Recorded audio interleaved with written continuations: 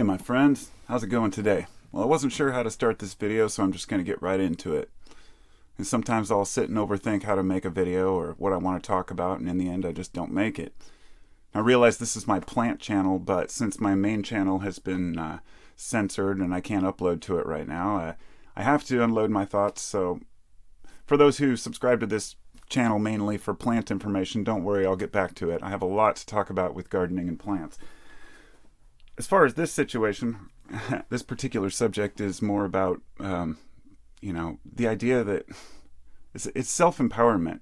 And I led to it by thinking about herbs. And I've made several videos talking about, like, one of my videos on this channel is, a few of my favorite herbs. And I'm always careful in these videos that I make to say, hey, these work for me sometimes and for a variety of different uses. But there's no one herb that is some miracle cure for everything. And I continue to let people know that even though a plant seems like it may be very useful for you, it doesn't mean that it's going to work for your friends or your neighbors. Now, with that said, I should say that I've even gone through many different phases in my life where sometimes I might need one herb and not another, and you just want to share. When you have something that works, you're like, wow, say kratom, for example. And kratom is a magnificent plant, but it's not for everyone. And along the same lines as herbs, you can just look at life in general. And what inspired me to make this video was just how many people are out there telling you what's best for you. And I think that there is a lot that we can learn from other people. This is what I was afraid of, is my words are going to get tangled because it's difficult to express all the different things that I wanted to say. First off, being and usually I have some notes, but since, it's all off the top of my head here, I'll do my best. We're always looking to advice. We're always looking for advice, whether we know it or not. Usually it's from people that we admire, and if it's someone that we don't admire, we're very reluctant to take any advice. In other words, if somebody's not living within the standards of what we consider, being a decent human being, let's say a thief or a liar is trying to tell you about morals, and you're like, well, this person may actually have something to teach. In other words, it's the practice what you preach syndrome. If someone is trying to teach someone a lesson, but the person themselves don't follow that lesson, then generally the advice is ignored. That should be rethought, because often the person who has made the most mistakes knows the results of those mistakes, and therefore they're better at sharing, what a person shouldn't do because of their experience of doing it. In other words, a person who was caught drunk driving, telling you, hey, don't drink and drive, or a person who killed someone drunk driving. You'll take that advice and the person is good to give that advice because of the circumstances that they've had. So I don't want to go too far into it. I want to get to the main point, which is that there are a lot of I guess you'd call them life coaches, or people who think that they can teach other people the best ways to live. Now, I'm not saying that there aren't life coaches out there or teachers or gurus that aren't effective. I mean, there are people who can actually help each other. And that's the main point. Some of us want to resist any type of teaching. We think we know what's best. We think we know better than the other people. As you grow up, you mature, you start to realize you don't know as much as you thought you know. And so then you start to pick and choose who you want to listen to. And it's very important that we don't get tied up in listening to any one individual as, this guy taught me everything I need to know. It has to come from a wide variety of human beings, but also we have to be willing to listen to those that we disagree with. And I think that that's a crucial point that we're missing, especially in today's dialogue. I mean, it's become so absurd that, I wrote like a 7,000 word little essay that I was going to make into a video. It ended up being like 16 pages long, and it's about the current situation of politics in this country. And I never even mentioned Trump by name in the whole paper, but I still decided against reading it. I was like, I just don't want to deal with everyone's opinions being thrown out about politics, because people are so divided just about, well, if you disagree with me on one thing, then you must be one of them. You're either a libtard or you're a racist on the other end. It's just ridiculous. So the dialogue between us has become a lot more difficult, and therefore we're only willing to listen to people who we agree with 100%. And this is to our own, this is our own loss. But anyhow, I take a lot of notes. I mean, I have books and books of notes. And sometimes I'll just write down, like this one page I was just looking at. It's got this little bubble, how to relax, being content.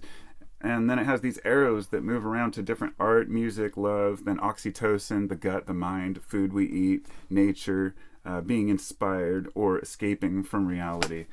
And so when I put all these ideas down, I in a form that I can see, then I start to find patterns that I'm like, okay, this makes sense to me. But it doesn't mean I can just run out and try to explain it to other people in the way that I see it. And this is actually more difficult to express than I thought it would be. Listen, you're your own teacher. You are your own best teacher.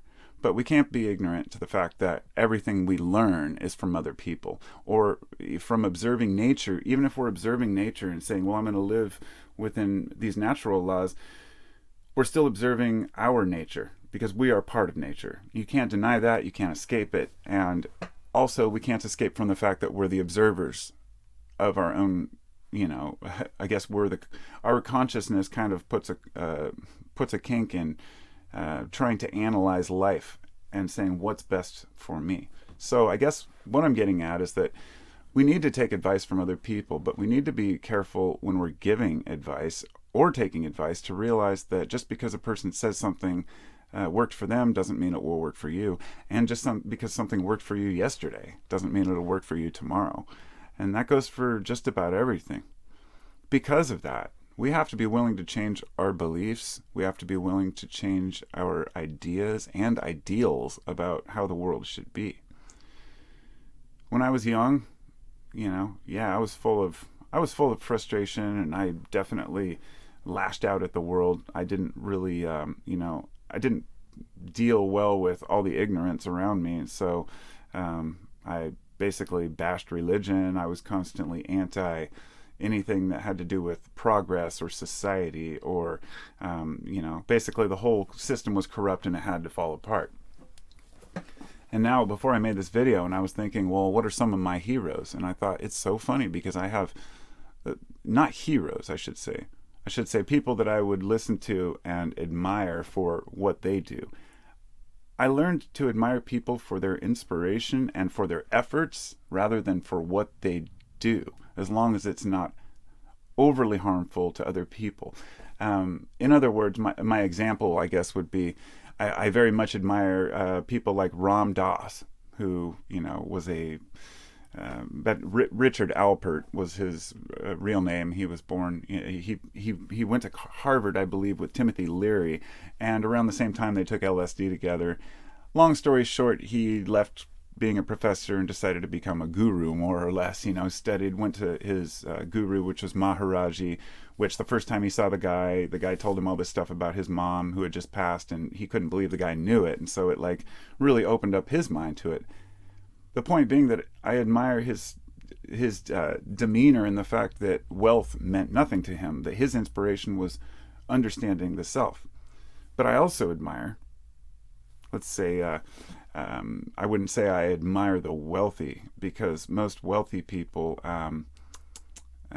let's just say, okay, there's Charles Munger and Warren Buffett. And if you've ever seen Warren Buffett actually speak, a lot of people, he's a billionaire, so he's part of the problem, and a lot of people hate the guy with absolutely no good reason. He is one of the most down-to-earth, normal, humble guys there are. I mean, I watched a documentary, several shows about him, but one I watched where he drives old cars that have been hail damaged because they're cheaper, and his daughter buys his cars for him, and he still lives in a modest small house. He only has one house. Even for being worth $150 billion, he just has one top floor of an office building in Omaha where he runs all his operations out of. Do I agree with everything that he does? Speculation, investments, all these different things. That's not my business because I don't do money. I don't admire him for the fact that he makes money. What I'm getting at is the fact that his passion, he fulfills his passion and he does what he wants to do. he reads several hours a day, and really he's not about the money. He's donated almost all of it to charity, and in fact didn't even leave his kids any. It's a really interesting story, but all you have to do is listen to the guy talk, and you can tell. And that's the point I really want to convey, is that you really have to be able to read people to understand whether they are worth admiring or not, and for what reasons. But that's going to be unique to each individual. I I even admire Trump for his ability to stand, I mean, the way he can actually, for what he does, in business, the way I don't agree with his methods or his policies. I don't really agree with anything in politics, and I probably shouldn't have even brought that up in this video, but I wanted to make the point that I can even give credit where credit's due to those who I completely disagree with most of the time. It's something I'm training myself to do in this world, and I have been for the last several years, is to learn to understand not your enemy, but your opponent or the people you disagree with, because this isn't a game that's won. Whether it's political, religious, all the different things that we're divided over, policies and how to live our lives, there are no winners in this game. From the time of, go back to some of the early religious persecution, and going overseas and trying to convert people. The idea that one side's actually going to win over the world and that we're going to win on any front is ridiculous. The idea that there would be a country full of liberals or a country full of conservatives, I mean, do people really think that way? And when you think it through, you start to realize that some of the people that we thought were heroes, or some of the people that are outspoken and we thought are standing up for their truth, are really just trying to sell you bullshit. Politicians are kings of this, and it's really sad that we buy into it from any side, that politicians really have our best interests at heart. And it's very rare that, anything really gets accomplished to help a little guy. And a lot of us are out there like saying, who are the heroes? If nobody's going to help us out, then there's only one real hero in our lives, and that has to be ourselves. We have to stop looking to higher powers or authorities for, help and assistance, and the fact that, I guess it's really transparent. It seems so obvious to me, but so many people are ignorant of this. It's like, I've heard people say, well, if we ever had a major disaster, I'd just stay in my house and wait for FEMA to come bail me out. If there was a major catastrophe in this country, a lot of people would actually sit around waiting for the fire department, even if there was no fire department left. People are just so out of touch with survival. And it's a majorly important point, because in the past, we had to survive. The land was trying to kill us. And we really had to, once we learned to, farm, build communities, and, kept out wildlife, and we were able to protect our children, we started to get kind of lazy in our thinking. And then we started looking up to people who just were big talkers, but didn't really get much done, And I guess I'll leave on that note. There are no right or wrong heroes. The question, I guess, would be, when I said get things done, what do you figure is important? A lot of people admire those who accomplish big jobs, big tasks, whether it's building buildings or corporations or companies, because look at what this person's built. But in the end, you die and it's all gone anyway. What does it matter what you've really built? But there are people who have built amazing temples within their hearts and minds, who have spent their whole lives learning and educating other people. Since that's not visual, those heroes are harder to spot. They're the average person who maybe even lives in a little trailer out in the woods or something, and a person who just has so much wisdom to share. The real heroes are the unspoken heroes.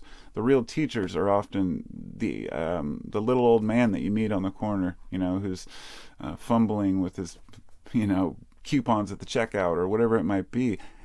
Everyone has a lesson. Everyone has something to teach each other.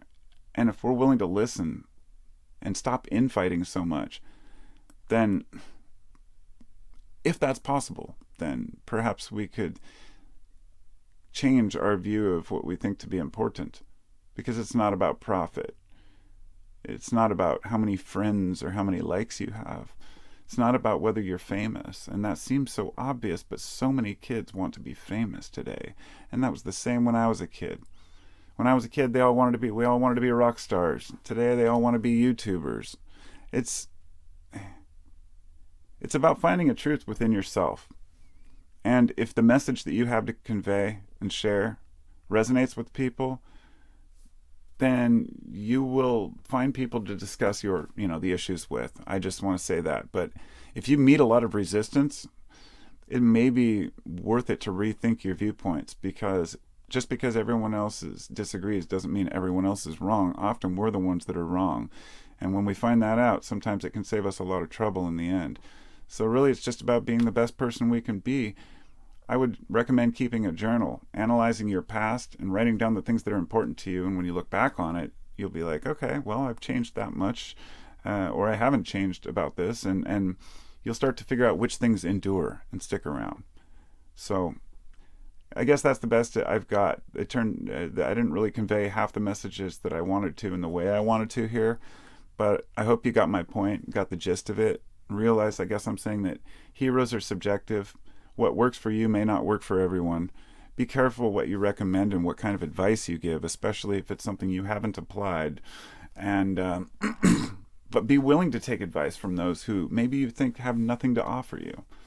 Just because a person stands up tall with a suit and tie and talks big and spits a lot of bullshit out of their mouth doesn't mean that they know what's really important. That very same person might go home and cry into their pillow and worry constantly about how they're viewed and how other people think of them.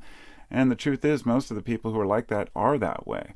If I spent as much time concerned about how if I spent any time worried about what other people think about me in a negative way, then it would just be pointless. I see no use in it, except if enough people are telling me one thing that maybe I should change my views on something. Doesn't mean I'm always wrong or always right. It just means that when we meet enough resistance, be willing to look at ourselves. Don't be so tied up in what we think and believe that we have to defend every single thing as part of ourselves. Separate yourself, your consciousness, from what's going on in the world. Don't be so tied up in a belief or a thought or an idea or a political affiliation. Say, I know who I am. I don't need tribalism for that bullshit. So that's all I got for now. Thanks for listening, and talk to y'all soon. Take care.